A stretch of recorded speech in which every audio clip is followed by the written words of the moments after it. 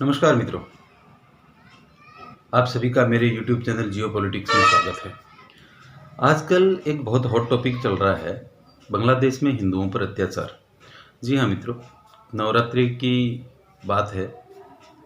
दुर्गा स्थापना के पंडाल बांग्लादेश में भी थे।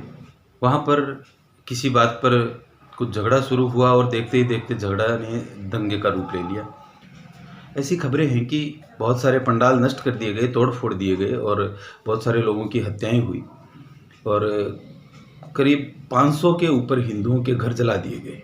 इसके 2 दिन बाद में बांग्लादेश के प्रसिद्ध इस्कॉन टेम्पल पर करीब 500 से ऊपर लोगों की, मुस्लिम जो वहाँ के नागरिक हैं बांग्लादेश के, उन लोगों की भीड़ ने इस्कॉन टेम्पल पर हमला किया और वहाँ के मुख्य पुजारी सहित 2 लोगों की हत्या कर दी और पूरी तोड़ फोड़ करके चले गए। आपने कभी ध्यान दिया है इस विशेष बात पर कि ये हमले हिंदुओं पर ही क्यों होते हैं, और ख़ासकर मुस्लिम देशों में, पाकिस्तान हो या अफ़गानिस्तान हो या बांग्लादेश हो? हर चीज़ की एक वजह होती है।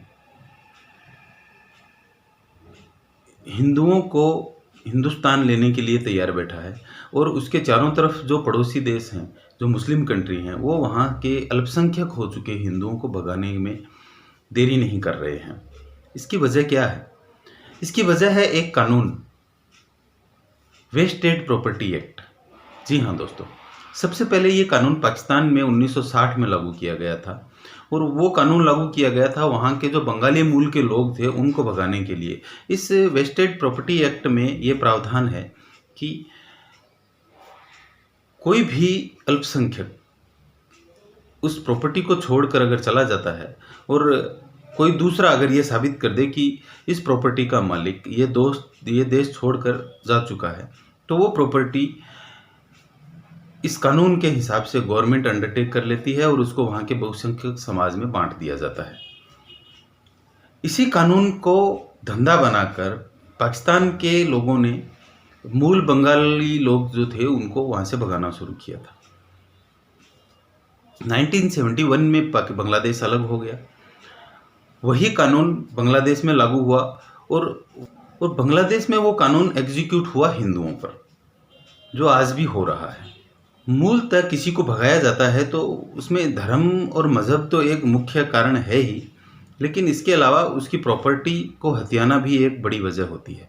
यही अफ़गानिस्तान में किया गया। अभी हाल ही में जब तालिबान का वहाँ पर कब्जा हुआ है तो वहाँ से बहुत सारे हिंदू और सिख देश छोड़कर निकले हैं। एक सिख समाज के एक जो वहाँ सांसद थे वो भी सब कुछ छोड़ के आए गए। उनके पास में अरबों की प्रॉपर्टी थी, आज वो कंगाल है। वो अपनी सारी चल संपत्ति वहीं छोड़कर आ गए। वेस्टेड प्रॉपर्टी एक्ट एक ऐसा कानून है जिसका पालन बांग्लादेश में हर सत्ता को करना पड़ता है। ये एक सत्ता की मजबूरी है, चाहे वो बांग्लादेश हो या अपना पश्चिम बंगाल। जो आपका कोर वोटर है, जो मजहबी धर्मांध है, उनको पालने के लिए उनको लालच देना पड़ता है और उनका सबसे बड़ा लालच रहता है हिंदुओं की या गैर धर्मियों की प्रॉपर्टी पर कब्जा करना। जैसा कि मैंने इस वीडियो का शीर्षक डाला है कि कहीं शेख हसीना खुद हमले तो नहीं करवा रही हैं हिंदुओं पर। ये क्यों नहीं हो सकता?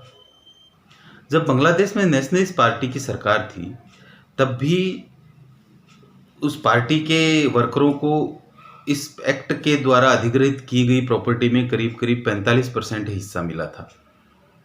अभी अवामी लीग ये शेख हसीना की पार्टी की सरकार है और इसमें भी आंकड़े ऐसे हैं कि वीपीए कानून के तहत अधिग्रहित प्रॉपर्टी में करीब 44% हिस्सा अवामी लीग के कार्यकर्ताओं को मिला है। और एक वहाँ पर संगठन है जमाते इस्लामी, जो वहाँ का कट्टर संगठन है, उसका हिस्सा करीब 8 या 10% जो कि सरकार किसी भी की भी हो उसका हिस्सा फिक्स रहता है जो उसको मिलता है। ये वेस्टेड प्रॉपर्टी एक्ट जब 2009 में बांग्लादेश ने इसको और अमेंडमेंट करके इसको और सख्ती से लागू किया था, तब बांग्लादेश से हिंदुओं के पलायन में वृद्धि आई थी। तब बहुत सारे देशों ने, हिंदुस्तान सहित बहुत सारे देशों ने इस पर विरोध अपना दर्ज कराया था। तो 2011 में बांग्लादेश ने इस कानून में फिर एक अमेंडमेंट किया था। उसमें एक प्रावधान किया गया था कि अगर 6 महीने 180 दिन के अंदर कोई भी अपनी वेस्ट प्रॉपर्टी एक्ट में संग्रहित संलग्न कर दी गई है, उस प्रॉपर्टी पर अगर उसका मालिक 6 महीने के अंदर दावा करता है तो वो प्रॉपर्टी रिस्टोर हो सकती है। लेकिन उसके लिए इतने सारे प्रावधान और नियम लगाए गए कि आज तक उसमें उस कानून और उस प्रावधान के हिसाब से एक भी हिंदू ने अपनी प्रॉपर्टी वापस नहीं पाई है। ये एक ठीक बात है कि भारत में सीएए कानून लागू है और पूरे एशिया महाद्वीप के प्राय करके पाकिस्तान, बांग्लादेश, बर्मा, श्रीलंका, अफगानिस्तान के हिंदुओं और सिखों सहित सभी को इसमें नागरिकता देने का प्रावधान है। लेकिन भारत को कड़ाई से इस कानून के प्रति आपत्ति दर्ज करानी चाहिए, क्योंकि जब तक ये कानून है तब तक वहाँ से हिंदुओं पर का पलायन और हिंदुओं पर अत्याचार कभी कम नहीं होगा, बल्कि ये समय के साथ और बढ़ेगा। भारत को इस कानून के ऊपर आपत्ति दर्ज करानी चाहिए और डिमांड करनी चाहिए कि इस कानून को ख़त्म किया जाए, या फिर बांग्लादेश का बंटवारा कर हिंदुओं को अलग मूल बांग्ला दे दिया जाए।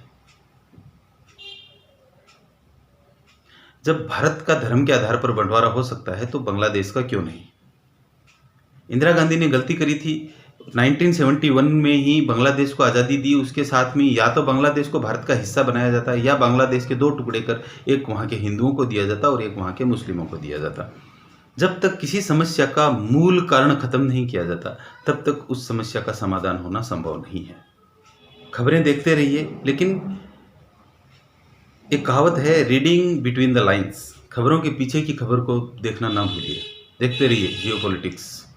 नमस्कार मित्रों।